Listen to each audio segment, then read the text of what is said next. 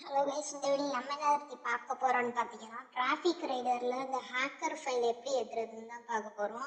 Hacker ஃபைலில் பார்த்தீங்கன்னா நம்மளுக்கு எல்லா பைக்குமே இருக்கும், கோல்டு காயின் நிறையா இருக்கும், அப்புறம் இந்த க்ரீன் கலர் காயின்ஸும் நிறையா இருக்கும். இப்போ கூகுளில் போயிட்டு டிராஃபிக் ரைடர் அன்லிமிட்டெட் மணி மோடுன்னு போட்டு சர்ச் பண்ணிக்கோங்க.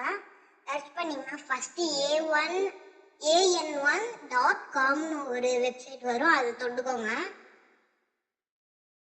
தொட்டுட்டு கோ டு டவுன்லோட்னு இருக்கும், அதை தொட்டுக்கோங்க. இங்கே வந்தீங்கன்னா கீழே download traffic rider mod unlimited money 2.11.apkன்னு ஒரு ஃபைல் இருக்கும். அதை கொடுத்துக்கோங்க. கொடுத்துக்கிட்டிங்கன்னா இங்கே மேலே இது ஆடு க்ளோஸ் கொடுத்துக்கோங்க. அப்புறம் இங்கே செகண்ட்ஸ் ஓடும். அந்த செகண்ட்ஸ் முடிஞ்சதும் நீங்கள் டவுன்லோட் பண்ணிக்கலாம். செகண்ட்ஸ் முடியட்டும். ஓகே, இப்போ பார்த்தீங்கன்னா டவுன்லோட் 177 MBக்கு ஒரு ஃபைல் நம்மளுக்கு டவுன்லோட்னு காமிக்கும். அந்த டவுன்லோடை கொடுத்துக்கோங்க. கொடுத்தீங்கன்னா இந்த மாதிரி டவுன்லோட் எனிவேன்னு காட்டும், அதை கொடுத்துக்கோங்க. கொடுத்துட்டிங்கன்னா டவுன்லோட் ஆயிரும். காட்டுறேன். ஓகே, டவுன்லோட் ஆயிடுச்சு. நம்ம போய் இப்போ குரோமில் போய் பார்க்கலாம்.